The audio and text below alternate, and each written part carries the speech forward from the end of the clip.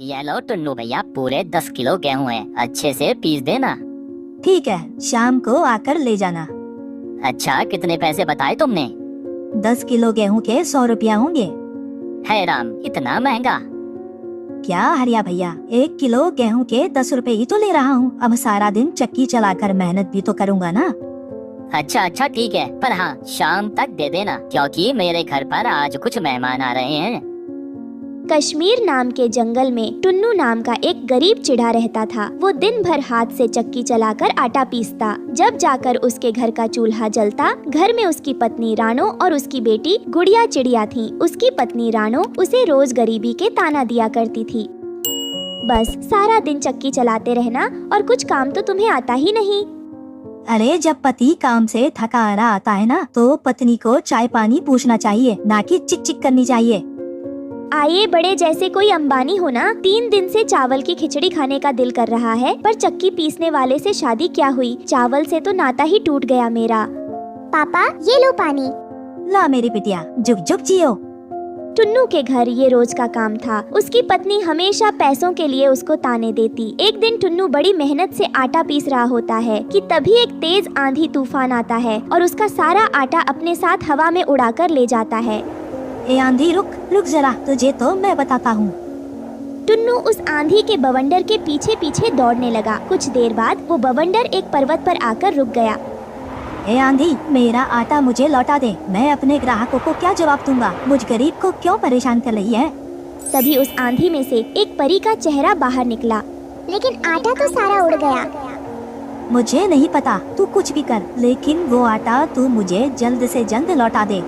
वो आटा तो मैं तुम्हें वापस नहीं दे सकती, मगर तुम्हें देने के लिए मेरे पास कुछ है। घूमते हुए आंधी के बवंडर से पीतल का टिफिन बाहर निकला। ये क्या है? ये एक जादुई टिफिन है। तुम इससे जो भी मांगोगे वो तुम्हें मिल जाएगा। यह तुम्हारी सभी मांगे पूरी करेगा, लेकिन इसके लिए तुम्हें पहले यह मंत्र बोलना होगा। ए मेरे जादुई टिफिन, कर दे मेरी मुराद पूरी। जो मैं मांगू मिल जाए मुझको, रहे ना कोई ख्वाहिश अधूरी। जल्दी से इस टिफिन को भर दे तू आटे से। सचमुच बड़े ही कमाल का है ये तो। टुन्नू खुशी खुशी उस पीतल के टिफिन को लेकर अपने घर पहुंचा। रानो के घर उसका पड़ोसी कालू कौवा आया हुआ था। उसकी नजर पीतल के टिफिन पर जाती है। इस कंगले के पास ये पीतल का टिफिन कहाँ से आ गया? कालू को देख टुन्नू ने वो टिफिन अपने पीछे छिपा लिया। उसे ऐसा करता देख कालू कौवे को उस पर शक हुआ और वो बहाना बनाकर वहाँ से जाने लगा। अच्छा टुन्नू भाई, रानो बहन, अब मैं चलता हूँ। गोरी कौवी भी भोजन ढूंढ कर आ गई होगी। वो तो मैं आपसे आपका हाल चाल पूछने के लिए चला आया था। लेकिन कालू कौवा बाहर जाकर खिड़की से सारी बातें सुनने लगता है। क्या है, क्यों घोड़े पर सवार हो रहे हो? मैं तुम्हें अभी एक चमत्कार दिखाता हूँ। टुन्नू उस आटे को बाहर निकालकर उसे खाली करता है और खाली टिफिन को हाथ में लेकर मंत्र पढ़ने लगता है मेरी जादुई टिफिन, कर दे मेरी मुराद पूरी। मैं जो मांगू मिल जाए मुझको, रहे ना कोई ख्वाहिश अधूरी। जल्दी से इस टिफिन को तू भर दे आटे से। तभी उस टिफिन में और आटा आ जाता है। बाप रे, ये जादू कहाँ से सीखा है आप? टुन्नू रानो को सारी बात बताता है। वाह जी वाह, अब तो हमारे दिन ही बदल जाएंगे। हाँ, आटा भी आ जाएगा और चक्की चलाकर मेहनत भी नहीं करनी पड़ेगी। अगले दिन टुन्नू जब किसी काम से बाहर गया था और वहीं रानो अपनी बेटी गुड़िया को स्कूल से लेने गई थी, तभी कालू कौवा छुपके से उनके घर गया और उनका जादुई टिफिन चुरा लिया और वहाँ हुबहू पीतल का टिफिन का रख दिया। अगले दिन टुन्नू को जब आटा पीसने का ऑर्डर मिला, तब टुन्नू ने अपने उस टिफिन का इस्तेमाल करना शुरू किया, पर बार बार मंत्र पढ़ने के बाद भी उसमें से कुछ भी नहीं निकला। ये देख उसे बहुत गुस्सा आया। उस परी ने मुझे धोखा दिया है, मुझे एक दिन का ही जादू दिया था। वो गुस्से में आंधी वाली परी के पास पहुंच जाता है। ऐ परी, तूने मुझे धोखा दिया। लेकिन मैंने तो तुम्हें कोई भी धोखा नहीं दिया। ये लो अपना जादुई टिफिन, ये तो कुछ भी काम नहीं कर रहा है। ये तो वो टिफिन है ही नहीं जो मैंने तुम्हें दिया था। अच्छा छोड़ो, तुम परेशान मत हो। तभी उस परी ने अपने जादू से एक बड़ा टिफिन टुन्नू को दिया। ये बड़ा जादुई टिफिन है, तुम इसमें जितना चाहो उतना आटा मांग सकते हो, लेकिन इसे इस्तेमाल करते वक्त तुम्हें ये मंत्र बोलना है। हे मेरे बड़े जादुई टिफिन, कर दे मेरी मुराद पूरी। जो मैं मांगू मिल जाए मुझको, रहे ना कोई ख्वाहिश अधूरी। जल्दी से इस टिफिन को भर दे तू आटे से। तभी वो बड़ा सा टिफिन आटे से भर जाता है। टुन्नू उस भरे हुए बड़े टिफिन को सर पर उठाकर घर लौट आता है। कालू उसे आते हुए देख लेता है। अरे इतना बड़ा टिफिन, लगता है ये भी पूरे आटे से भरा है। लगता है इसे भी मुझे चुराना होगा। घर आकर टुन्नू रानो को फिर से सारी बात बताता है। सच में जी, यह तो बहुत बड़ा टिफिन है। अब तो हमारी कमाई खूब होगी। हाँ, जितना पहले मैं महीने भर में जाकर कमाता था, उतना अब मैं एक दिन में कमाऊंगा और मैं खुद का आटे का बड़ा सा गोदाम खोलूंगा। मुझे तो अभी से ही सोच सोच कर खुशी हो रही है। तनिक एक बार हमको भी तो जादू दिखाओ ना। टुन्नू ने उस बड़े टिफिन के आटे को कनस्तर में डाला और मंत्र पढ़ने लगा। है मेरे जादुई बड़े टिफिन, कर दे मेरी मुराद पूरी। जो मैं मांगू मिल जाए मुझको, रहे ना कोई ख्वाहिश अधूरी। जल्दी से इस बड़े टिफिन को भर दे तू आटे से।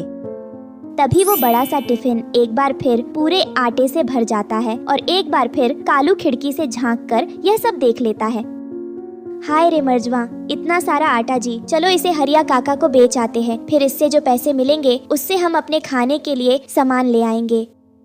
फिर टुन्नू और रानो आटा बेचने लाला सेठ के पास चले जाते हैं। तभी कालू कौवा इस बात का फायदा उठाकर बाजार से सेम वैसा ही टिफिन लाकर वहाँ रख देता है और उस जादुई टिफिन को चुरा कर ले जाता है। फिर अगले दिन टुन्नू उस बड़े टिफिन को दुकान पर लेकर गया और मंत्र पढ़ने लगा, लेकिन इस बार भी उस टिफिन से आटा नहीं निकला। फिर टुन्नू गुस्से में परी के पास गया और उसे सुनाने लगा। तब परी ने उस टिफिन को ध्यान से देखा तो उसे समझ आ गया कि वो जादुई टिफिन नहीं है। इस बार मैं तुम्हें एक ऐसी चीज दूंगी जिससे तुम्हें समझ आ जाएगा कि मैंने तुम्हें धोखा नहीं दिया।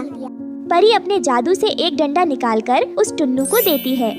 इसको तुम ले जाकर अपने घर पर रख लेना। जब तुम्हें वो चोर मिल जाए तो उससे कहना, ए जादुई डंडे दिखा दे तू अपना कमाल। जो भी तुझे आए चुराने उसका तू कर दे धमाल। टुन्नू एक बार फिर उस जादुई डंडे को लेकर घर आया और एक बार फिर कालू ने उसे देख लिया। जरूर इस डंडे में भी कोई जादू छिपा होगा। अब किसी तरह इसे भी चुरा लेता हूँ।